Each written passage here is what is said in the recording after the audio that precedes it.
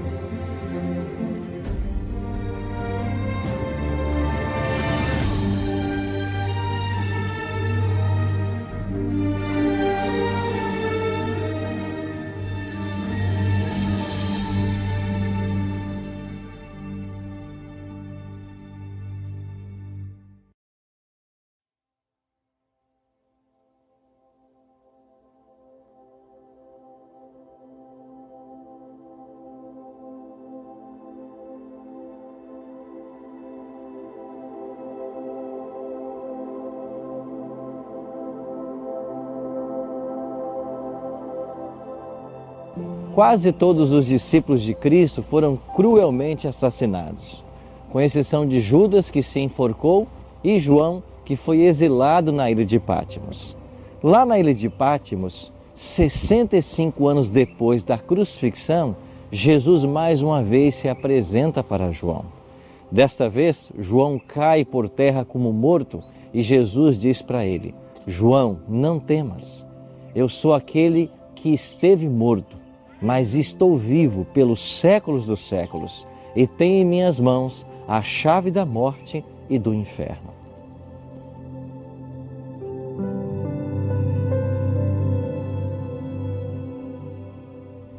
Jesus passou pela morte, mas ele vive. Diferente de outros líderes mundiais, a sepultura de Cristo está vazia. Cristo ressuscitou. Esta é a mais gloriosa verdade do cristianismo. A ressurreição é um termo que nós usamos para o retorno à vida. Cristo ensinou que todas as pessoas que morrerem, um dia elas ressuscitarão para receber sua recompensa.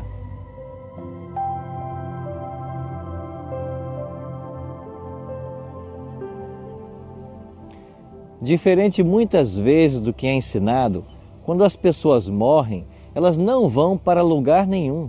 A morte é um estado de inconsciência, é chamada na Bíblia de um sono. Jesus mesmo disse: não vos maravilheis disto, porque vem a hora em que todos os que se acham nos túmulos ouvirão a sua voz e sairão. Os que tiverem feito bem, para a ressurreição da vida, e os que tiverem praticado mal, para a ressurreição do juízo. Então a palavra de Deus ensina duas ressurreições: a ressurreição da vida e a ressurreição do juízo.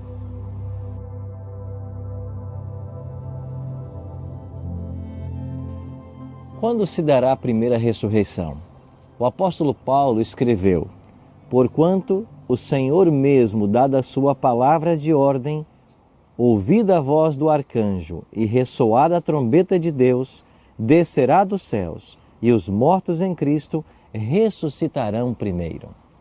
Paulo é muito claro em enfatizar: a primeira ressurreição, ela só se dará na volta de Jesus.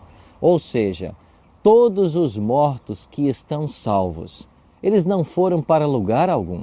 Eles estão aguardando a volta de Jesus, quando então ressuscitarão para receberem sua recompensa. E o que acontecerá com os salvos que estiverem vivos? O apóstolo Paulo continua: depois nós, os vivos, os que ficarmos, seremos arrebatados juntamente com eles, os mortos que ressuscitaram, entre as nuvens dos céus, para o encontro do Senhor nos ares, e assim estaremos para sempre com o Senhor. Ou seja, aqui está o que chamamos de glorificação. Os mortos salvos já ressuscitam glorificados. Os salvos vivos são transformados no momento, num abrir e fechar de olhos. Todos os defeitos físicos, mentais desaparecerão e os salvos terão o eterno vigor da juventude.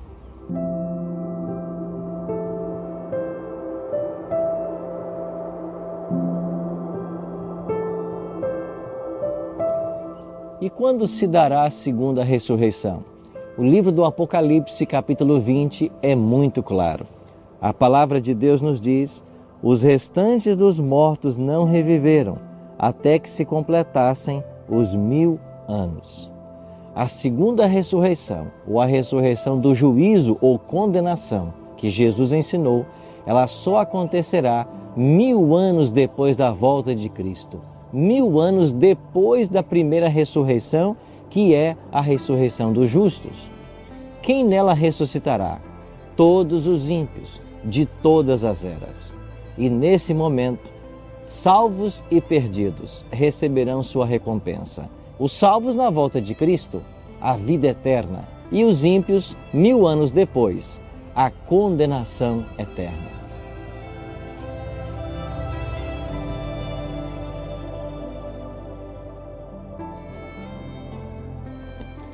A segunda ressurreição, ou a ressurreição dos ímpios, ela acontece 1000 anos depois da volta de Cristo. João escreveu no Apocalipse que ele viu a cidade santa descendo dos céus e pousando sobre essa terra. Quando chega à cidade santa, Satanás é solto. E por que ele é solto? Porque todos os ímpios ressuscitarão. E agora Satanás vai convencê-los de que eles têm poder de assaltar a esta cidade que desceu dos céus. O Apocalipse ensina que quando eles marcharem pela superfície da terra e sitiarem a cidade santa, antes que Deus mande fogo dos céus e destrua a todos, cada ator lembrará corretamente as cenas que desempenhou ao longo de sua vida. Entre os ímpios, ali está Herodes, aquele mesmo que mandou matar os inocentes em Belém, tentando destruir o nosso Salvador Jesus. Ali está Herodias, a mesma que pediu a cabeça de João Batista numa bandeja de prata. Ali está Pilatos, aquele homem fraco que deixou-se levar pela multidão, condenando o Filho de Deus à morte. Ali está Nero, aquele homem terrível que tinha prazer na tortura e morte dos cristãos, mas agora ele vê aqueles a quem ele perseguiu estão vivos e glorificando o nome de Deus. Cada um receberá a sua recompensa. E nesse momento, quando fica claro para eles o motivo da sua perdição, fogo desce dos céus e destrói a todos os ímpios. Esse mesmo fogo purificará essa terra, que será a eterna morada dos salvos.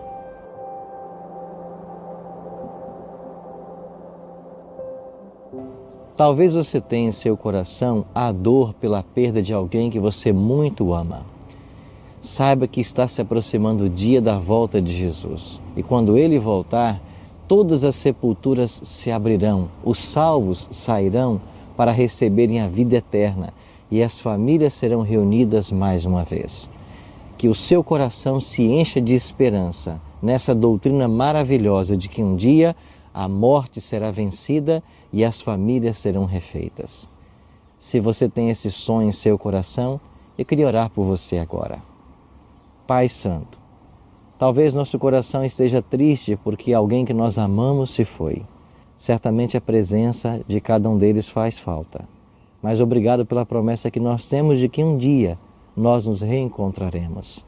Numa manhã gloriosa da volta de Jesus, quando os mortos ressuscitarão vitoriosos e a morte será vencida para sempre. Enche o nosso coração dessa esperança.